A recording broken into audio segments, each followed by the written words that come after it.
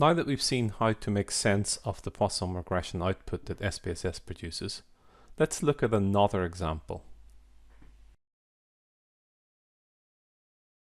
Okay, now that we've established how to make sense of the core output produced by the Poisson regression procedure in SPSS, we can look at a second slightly more complex example where we're modeling mortality numbers for different population segments. Now these segments are split, as you can see, by age group and by tobacco usage, and they're going to act as our independent variables. Our dependent variable over here is simply the frequency of death over a given time period for each permutation of these groups, each combination.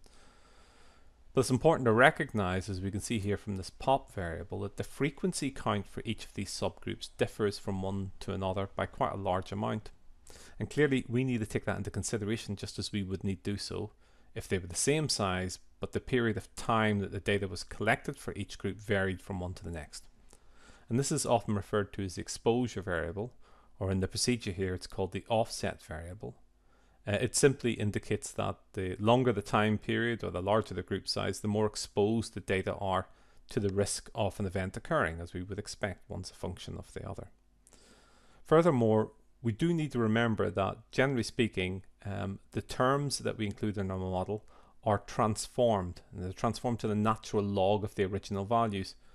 And it turns out you actually need to do this manually for an offset variable in SPSS, and we can do that by going to the transform compute procedure up here. And if I just hit reset to clear that out, you can see I'm going to create a variable here called ln pop. I'm looking for the natural log function here, which is just ln. You see, returns the base e logarithm of a numerical expression. So I'm just going to put in population here between the parentheses, click OK at that point, and it produces this ln pop variable, which is going to act as our offset, which allows us to take account of the fact that the population size here varies from one subgroup to the next. Let's set up the procedure. We'll go to Analyze, and of course down to Generalized Linear Models, and Generalized Linear Models procedure we're pulling up. Then we're going to choose Poisson log linear, as we've done beforehand. We go to the response variable. We specify the variable dead as our response variable. And in the predictors section here, well, we've got a category field here. They're both category fields, but one is actually, as we can see, it's an ordinal field, and each group size, each range of values is the same range. So it's 5 years, 40 to 44 here, 45 to 49 here, and we can pretty much treat that as if it was a covariate rather than a factor field. So we can get away with that. The tobacco variable here is a nominal variable. It isn't just whether or not they use tobacco, it's actually whether or not they use tobacco and what form of tobacco usage they have. So whether or not cigar, pipe only, or cigarettes plus other smoking, smoking tobacco, or just cigarette on its own. So I'm going to put that into factors. And then down here in offset variable, I've got my natural log of the population variable. I'm going to send that across. So that's that set up. I might want to just think about what my reference group is going to be here. You can see I'm going to, rather than choose the reference group for cigarette only versus everybody else, it seems to make more sense to make category 1, non-smokers, my reference group. So I'm going to go into options here and just change that so it's in descending order. Click continue. I'm not going to change anything apart from the statistics here, and ask for, as I've done beforehand, to include these relative risk values, which are the exponential parameter estimates. And then I'll just click OK, and we'll have a look at the output. Before we run it, we have to, of course, go into the model section here and just say, look, we want estimates, main effects estimates, for these two variables, that were these two independent variables that we've added in tobacco and age. If we click OK at that point, it'll produce some output. Let's just have a look through the output and see what's happened in the model. Looking at the output, as normal, we start off with some model information, simply telling us our dependent variable is this field dead, and that, of course, we're running a Poisson regression, so that means we've got a probability distribution with Poisson. We're using a log link function, and we've also got an offset variable here. Now we've got 36 cases to work with. Of course, we know that the data it consists of frequency counts for for more than 36 people, because we've got this population variable. We could have weighted the data by the population variable. In fact, it would make no difference to this output. It would have just have ignored it in this particular procedure. Here we're seeing that there's an equal number of cases for the different tobacco usage groups. There's 4 tobacco usage groups, so they're split into 25%. And we've got some summary statistics here for our continuous variables, including the dependent variable, the natural log population variable, an age group which we're treating as if it's a continuous variable, simply telling us that the minimum is group 1 and the maximum was group 9. That leads us to our next piece of output, which is the goodness of fit table. And of course, what our eye is immediately drawn to is this value next to the Pearson chi-square. That value greater than 1. If it was 1, it would indicate that we had equidispersion, that the variance and the mean were equal to one another. If it was less than 1, it would indicate that we have under-dispersion. Here we have an over-dispersed model, 2.322. Is it a real problem at this stage? Well, we might want to rerun the model, trying a different approach, like a negative binomial, and seeing what effect that has on our goodness of fit statistics. At the moment, we're just going to continue looking at the remaining output. It's important perhaps to try and make note of the fact that our log likelihood value here is -157. The less extreme that is, or the further away from 0, the closer it is to 0, the better the fit. In the same sense, the smaller these values are, the better the fit. So we've got the AIC value here and BIC values, so standard measures of goodness of fit. If we look at the next set of tables that we get, we're seeing the omnibus test saying that yes, this is better than an intercept only model. The value here is a lot less than 0.05. In fact, it's less than 0.001. And our 3 key inputs into the model: the intercept, the constant, is significant. The variable tobacco, referring to tobacco usage, is significant, and the variable age group is also making a significant contribution. And that leads us last of all to our parameter estimates table.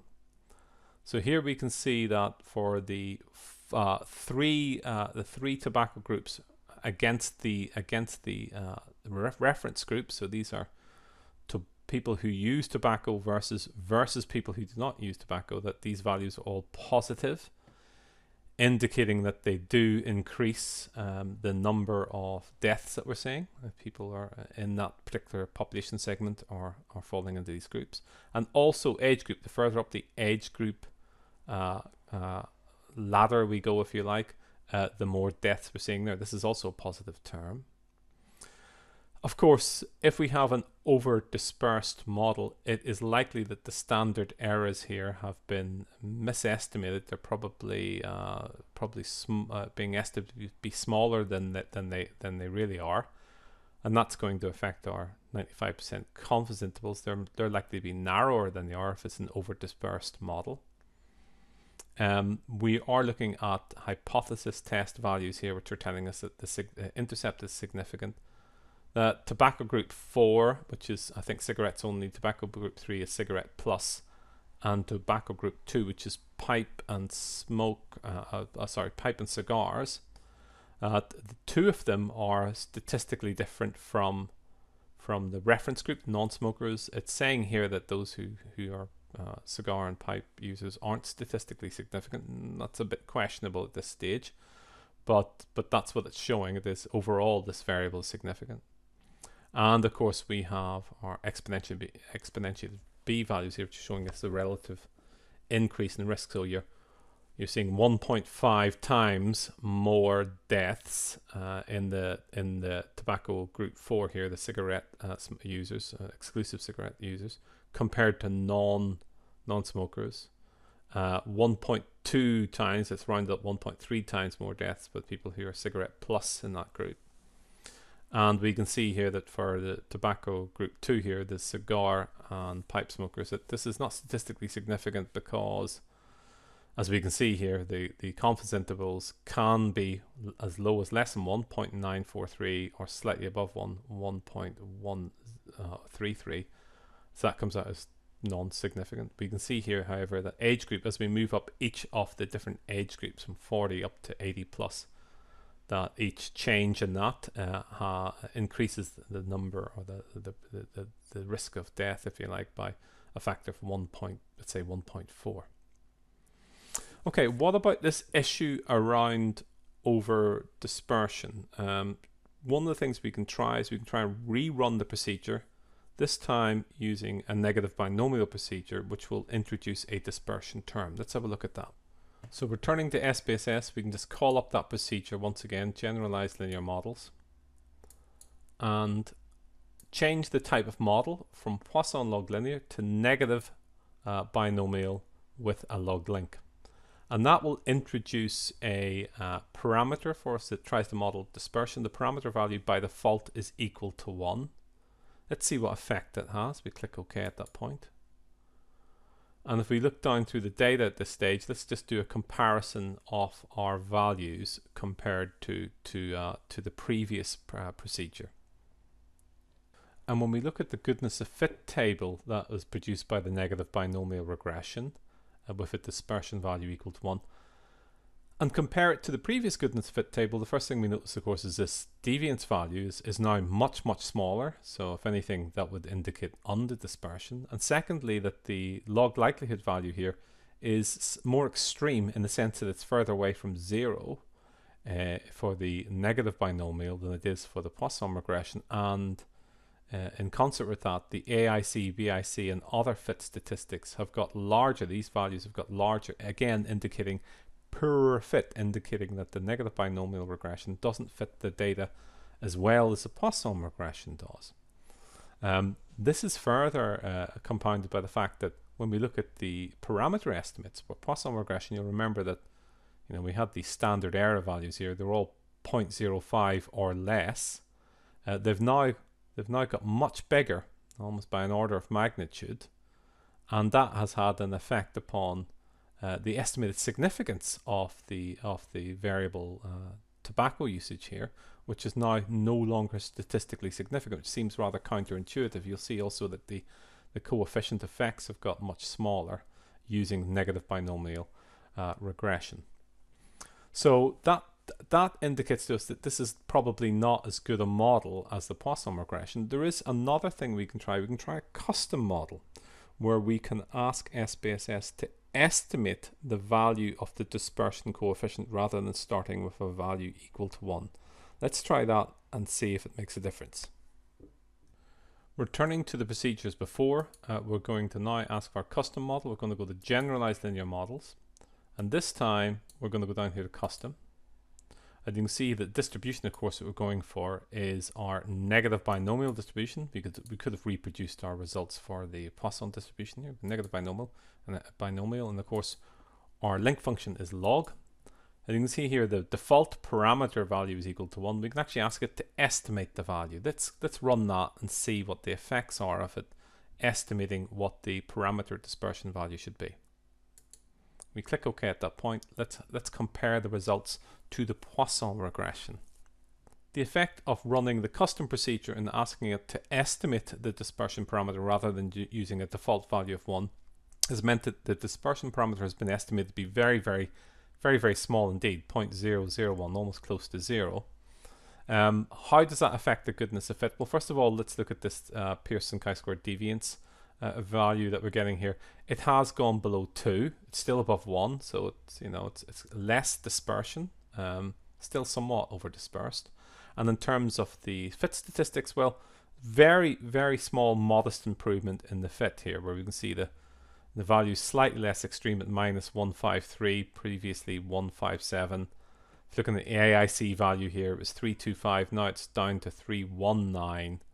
BIC 333 down to 329. I mean, really quite small changes. So it has improved the fit, it could be argued, but it has actually given us a warning, and this warning, when we look at the parameter table, relates to the fact that the negative binomial dispersion parameter that's estimated is actually quite close to 0, and it gives you what's called a Hessian matrix singularity warning, which just basically means that, look, some of the estimations here are potentially impacted by the fact that you're using a dispersion parameter which is really close to 0.